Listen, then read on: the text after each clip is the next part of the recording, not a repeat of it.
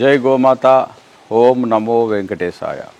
ఈరోజు యుగ తులసి గోమా క్షేత్రంలో గోవుల రక్షణ గోవుల సంరక్షణ కోసం ఒక చిన్న వీడియో చేద్దామని బ్యాక్ టు రూట్స్ శ్రీనివాస్ గారు తాను ఈ సమాజం కోసం పనిచేస్తున్నటువంటి వ్యక్తులని ప్రత్యేకంగా చూస్ చేసి వాళ్ళ ఇంటర్వ్యూలు చేయడం, నలుగురికి తెలియజేయడం, ఆ నలుగురిలో చైతన్యం కలిగించడంలో బ్యాక్ టు రూట్స్ బ్రహ్మాండంగా అద్భుతంగా సమాచారం ఇస్తూ పనిచేస్తున్నందుకు వారికి నేను మనస్ఫూర్తిగా అభినందనలు తెలియజేస్తున్నాను. యుగ తులసి గోమా క్షేత్రం నుండి.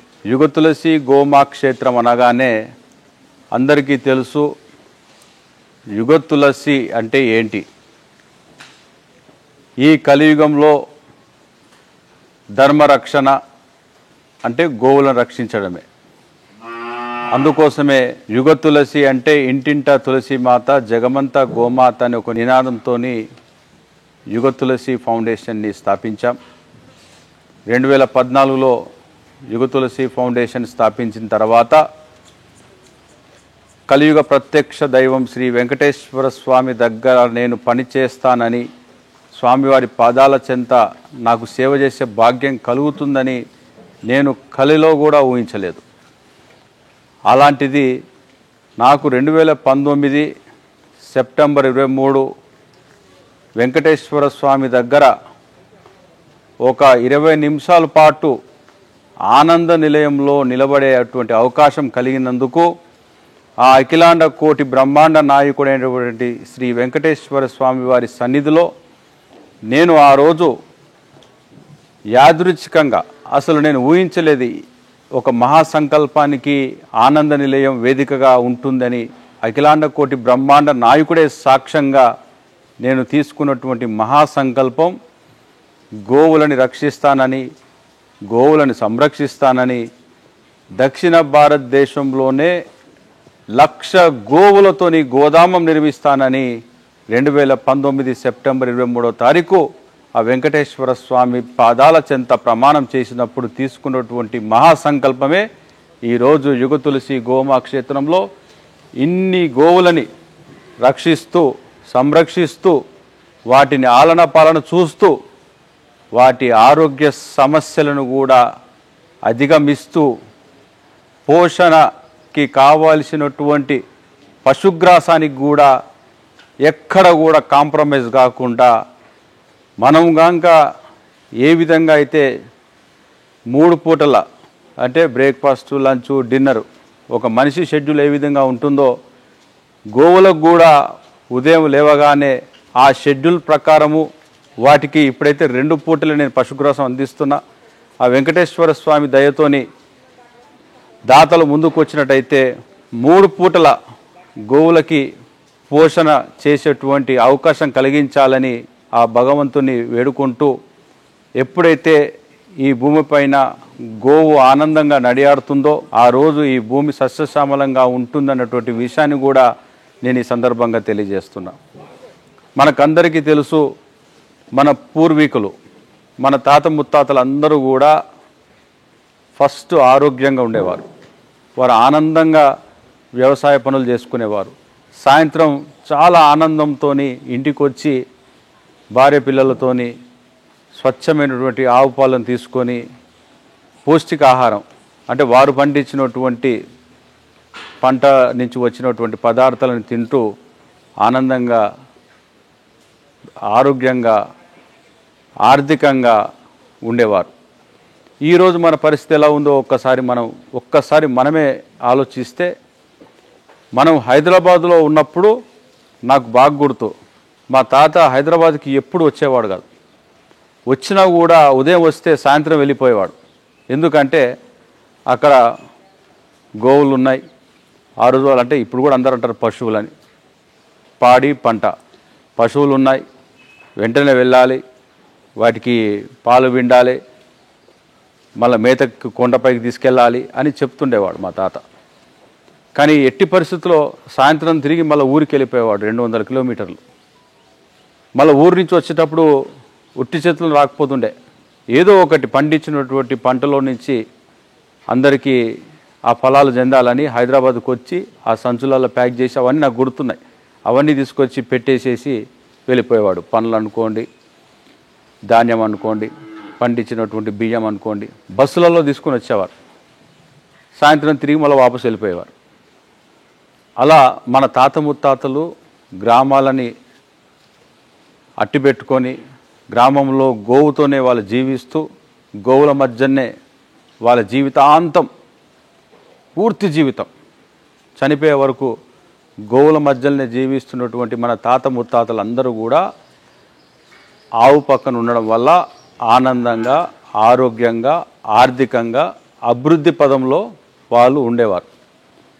కానీ మళ్ళీ ఈరోజు మనం అందరం కూడా హైదరాబాదులో నివసిస్తూ ఆవును దూరం చేసుకుంటూ అంబులెన్సులు ఎక్కుతూ హాస్పిటల్లో చేరుతున్నటువంటి పరిస్థితి ఏర్పడ్డదంటే దానికి మూలం గ్రామీణ వాతావరణంలో యువకులు లేకపోవడం, గోసంతతి పూర్తిగా నశించిపోవడం, గోవులని అక్రమంగా కబేలాలకు పంపించడం, గోవులకి రక్షణ లేకపోవడం, గో సంరక్షణ కోసం ప్రభుత్వం కూడా ఎటువంటి సహాయ సహకారాలు అందించకపోవడం, గో విజ్ఞానం లేకపోవడం ఈరోజు పూర్తిగా హైటెక్ సిటీ ఇంకా చెప్పుకుంటూ పోతుంటే కొత్తగా ఏర్పడినటువంటి ఈ గచ్చిబౌలి ఈ సరౌండింగ్ ప్రాంతంలో కూడా పెద్ద పెద్ద హాస్పిటల్స్, అసలు మనం హాస్పిటల్ చూడాలంటే ఇంత పైకి తలవెక్కెత్తి చూసేటువంటి పరిస్థితి. అంత పెద్ద హాస్పిటల్స్ కట్టడానికి గల కారణాలు కూడా ఈరోజు మనకు తెలియాల్సిన అవసరం ఉన్నది.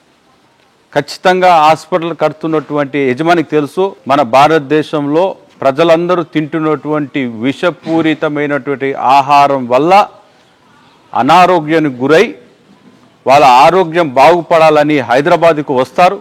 ఖచ్చితంగా ఏదో ఒక హాస్పిటల్స్లో మంచి స్పెషలిస్ట్ డాక్టర్ ఉంటాడు, కొద్దిగా కాస్ట్లీ అయినా పర్లేదు కానీ బాగా ట్రీట్మెంట్ చేస్తాడన్నటువంటి ప్రచారానికి పెద్ద ఎత్తున ఈ మల్టీ స్పెషాలిటీ హాస్పిటల్స్ రావడం వల్ల గ్రామాల్లో మన తాత ముత్తాతలు సంపాదించి పెట్టినటువంటి భూములను అమ్మి ఆ పైసలన్నీ కూడా హాస్పిటల్కి ఖర్చు పెడుతున్నటువంటి విషయాన్ని నేను ఈ సందర్భంగా గుర్తు చేస్తున్నా. మన తాత ఆ రోజు ఎలా బ్రతికాడు, మనం ఈరోజు ఎలా బ్రతుకుతున్నాం అన్నటువంటి దానికి ఉదాహరణ విషపూరితమైనటువంటి ఆహారం తినడం వల్ల అందరం కూడా అనారోగ్యం గురవుతున్నాం. ఒక్క చిన్న ట్యాబ్లెట్ వేసుకోకుండా ఎవరు కూడా ఈరోజు ఇంట్లో నుంచి బయటికి రావడం లేదు. ఖచ్చితంగా ఎసిడిటీ ట్యాబ్లెట్ కానించి ఏదో ఒక ట్యాబ్లెట్ ఖచ్చితంగా ఉదయం పూట వేసుకొని బయటికి వెళ్ళేటువంటి పరిస్థితి. మళ్ళీ పడుకునే ముందు కూడా ఒక ట్యాబ్లెట్ వేసుకొని పడుకునేటువంటిది ఈరోజు నిత్యం ప్రతి ఇంట్లో చూస్తున్నాం. ఎవరింట్లో ఎవరు కూడా మేము చాలా సంతోషంగా ఆనందంగా జీవిస్తున్నాం అని చెప్పేటటువంటి ఇల్లు ఒక్కటి కూడా ఉండదు. ఎందుకంటే ప్రతి ఇంట్లో అనారోగ్య సమస్యలు ఉన్నాయి. దానికి గల కారణం మన ఆవులని మనం అందరం దూరం చేసుకోవడం, గో సంతతిని మనం రక్షించుకోకపోవడం, సంరక్షించడం పోవడం వల్ల ఈరోజు ఈ పరిస్థితి వచ్చిందని ఈ సందర్భంగా తెలియజేస్తున్నా. యుగ తులసి గో మహాక్షేత్రంలో దేవతా వృక్షాలను అన్నీ కూడా పెట్టడం జరిగింది. మీరు చూస్తున్నటువంటి అన్నీ కూడా దేవతా వృక్షాలు. ఉభయ తెలుగు రాష్ట్రాల్లో గోశాల అంటే ఎలా ఉండాలని ఒక రోల్ మోడల్గా నిర్వహించాలి, అది ఏ విధంగా నిర్వహిస్తే బాగుంటుందనేటువంటి ఆలోచనతోని 80 సంవత్సరాలు వయసు పైబడినటువంటి నిష్ణాతులు వాళ్ళందరూ కూడా గోవుల రక్షణ, గోవుల సంరక్షణ, గోశాల నిర్వహణ చేసినటువంటి మహానుభావుల ఒక సలహాలు సూచనలు తీసుకొని యుగ తులసి గోమహాక్షేత్రం నిర్మాణాలు జరుగుతున్నాయి. నేను ముందుగా చెప్పినట్టు ఇంటింట తులసి మాత జగమంతా గోమాత అనేది యుగ తులసి ఫౌండేషన్ నినాదం. గోమహాక్షేత్రం యుగ తులసి గోరక్షణ సంరక్షణ కేంద్రం, ఆశ్రయం, పోషణ, వైద్యం, గోదత్తత ఇవన్నీ కూడా మేము చేస్తున్నాం. భవిష్యత్తులో ఇంకా పెద్ద ఎత్తున చేస్తాం. 1,00,000 గోవులతోని దక్షిణ భారతదేశంలో అతిపెద్ద గోశాలను నిర్మిస్తాం. ఆ 7 కొండల స్వామికి మన గోశాల నుండే స్వచ్ఛమైన ఆవు నెయ్యిని అందిస్తామని తీసుకున్నటువంటి మహాసంకల్పం నెరవేర్చే వరకు మా పోరాటం, మా ఉద్యమం ఆగదు. యుగ తులసి గోమహాక్షేత్రానికి ఎవరైనా ఏమైనా సహాయ సహకారాలు అందించాలి అనుకుంటే QR కోడ్ ఉన్నది. బ్యాంక్ అకౌంట్ డీటెయిల్స్ కూడా మీకు మేము బ్యాక్ టు రూట్స్ యూట్యూబ్ ఛానల్లో తెలియజేస్తాం. సహకారం అందించే కంటే ముందు యుగతులసి గోమా క్షేత్రానికి వచ్చి విచ్చేసి ఇక్కడ జరుగుతున్న పనులను మీ కళ్ళతో చూసిన తర్వాత మీకే ఐడియా వస్తుంది ఇంకా ఏ విధంగా మనము పనులు చేస్తే బాగుంటుంది. మీ యొక్క సలహాలు సూచనలు చాలా అవసరం. యుగతులసి గోమా క్షేత్రానికి భవిష్యత్ తరాలకి ఒక ఆదర్శమైనటువంటి గోశాలను నిర్మించాలనేటువంటి ఒక ఆలోచనతోని ఇది 3 ఎకరాల నా సొంత స్థలంలో నిర్మాణం చేయడం జరిగింది. మా నాన్నగారు మా అమ్మగారు నాకు గోశాల నిర్వహణ కోసం ఈ స్థలాన్ని ఇవ్వడం జరిగింది. సో ఈ గోశాల నుండే 1,00,000 గోవుల గో మహాధామం నిర్మాణం కోసం తిరుపతిలో నిర్వహించడం కోసం త్వరలో మా కార్యాచరణను కూడా ప్రకటిస్తాం. ఖచ్చితంగా ప్రతి ఒక్కరూ గోవుల రక్షణ గోవుల సంరక్షణ కోసం భాగస్వాములు కండి. భగవంతుడు ఈ కార్యాన్ని దిగ్విజయంగా విజయవంతంగా ముందుకు నడిపిస్తాడనేటువంటి పూర్తి నమ్మకంతోనే ఈ 6 సంవత్సరాల నుండి మేము గోశాలను నిర్వహిస్తున్నాం. ఎన్ని ఇబ్బందులు వచ్చినా కూడా ఆ భగవంతుడు మా వెన్నుండి నడిపిస్తున్నాడు. ఖచ్చితంగా గోమా క్షేత్రం రామోజీ ఫిలిం సిటీ దగ్గరలో జాఫర్గూడ బాటసింగారంలో ఉన్నది. గూగుల్లో కూడా కొడితే మీకు అడ్రస్ డీటెయిల్స్ వస్తాయి. ఇక్కడకు రావచ్చు, ఉండొచ్చు, గోమాతకు సేవ చేసుకోవచ్చు, గోవిందుని అనుగ్రహం అందరం కూడా పొందవచ్చు. గోరక్షణ చేసినటువంటి గోవిందు వాటిలో మనందరం నడవాలని పిలుపునిస్తున్నా. జై గోమాత.